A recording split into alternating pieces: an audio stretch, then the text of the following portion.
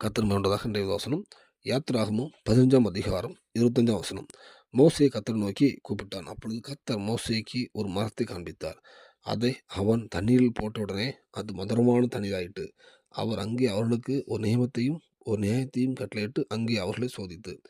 கர்த்தர் மேலுள்ளதாக இந்த வசனம். இஸ்ரவேல் ஜனங்கள் எகிப்திலிருந்து வரும்போது ஒரு இடத்துல தண்ணி குடிக்கும்போது தண்ணி கசப்பா இருக்குது. மோசேட்ட கேட்குறாங்க. ஸோ மோசே கர்த்தர் நோக்கி கேட்கும்போது கர்த்தர் ஒரு மரத்த காண்பித்து அத வெட்டி அந்த தண்ணீல போட சொல்றார்.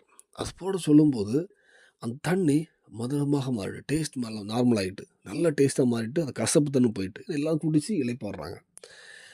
இந்த வேளையில பார்த்தீங்கன்னா, கர்த்தர் நெனச்சிருந்தா பக்கத்துல ஊத்த குடுத்துருக்கலாம். அந்த கசப்பு தண்ணியே கர்த்தர் மாற்றினார். குடிக்கவும் மாற்றினார். இந்த வேளையில நம்ம வாழ்க்கையிலுமே அநேக கசப்புகள் இருக்கலாம். ஏதோ ஒவ்வொரு விஷயம் ஒவ்வொருத்தருக்கு வியாதி, தரித்திரம், அது பொருளாதார பிரச்சனை, குடும்ப பிரச்சனை, என்ன போகத்து பார்க்க தெரியல. எல்லா பக்கம் கசப்பான வாழ்க்கை. இந்த உலகத்துல கசப்பான வாழ்க்கைய யாரும் அவங்களும் விரும்ப மாட்டாங்க. யாருமே விரும்ப மாட்டாங்க. ஒரு இடத்துல கசப்பான ஒரு இடம் இருக்கும்போது யாரும் விரும்புவாங்களா? யாருமே விரும்ப மாட்டாங்க. அது மதுரமா இருந்தா அவங்களுக்கும் சந்தோஷம். அவங்கள சார்ந்தவங்களுக்கும் சந்தோஷம். இந்த வேளையில உங்க வாழ்க்கை ஒரு கசப்பான வாழ்க்கையா இருந்துட்டு போலாம். ஆனா ஒண்ணு உண்டு. சிலுவையில நமக்காக நம்முடைய அந்த கசப்பை தேவன் சிலுவையில சுமந்தார்.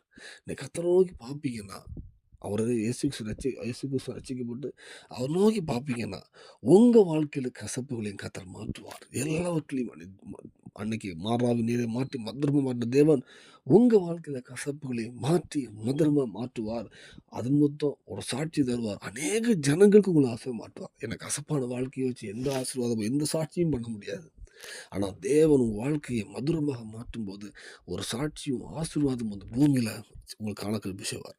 இந்த பூமியில அநேக ஜனங்களுக்கு நீங்க சாட்சியா மாட்டுவீங்க. உங்களோட கர்த்தர் இருக்கிறார் அப்படின்னு சாட்சியோடு சொல்லும்போது வாழ்வீங்க. அதுக்கு அர்ப்பணிப்போம். அந்த வாழ்க்கையை சீர்படுத்துவோம். கர்த்தருக்கு பிரியமாக ஒரு விஷயம் வாழ அர்ப்பணிப்போம். தேவன் கண்டிப்பா பயன்படுத்துவார். அந்த பூமியிலும் சாட்சியா மாற்றுவார். பரலோகத்தையும் ஆயத்தப்படுத்துவார். அர்ப்பணிப்போம். தேவன் கிருபை செய்வாராக. ஆமென்.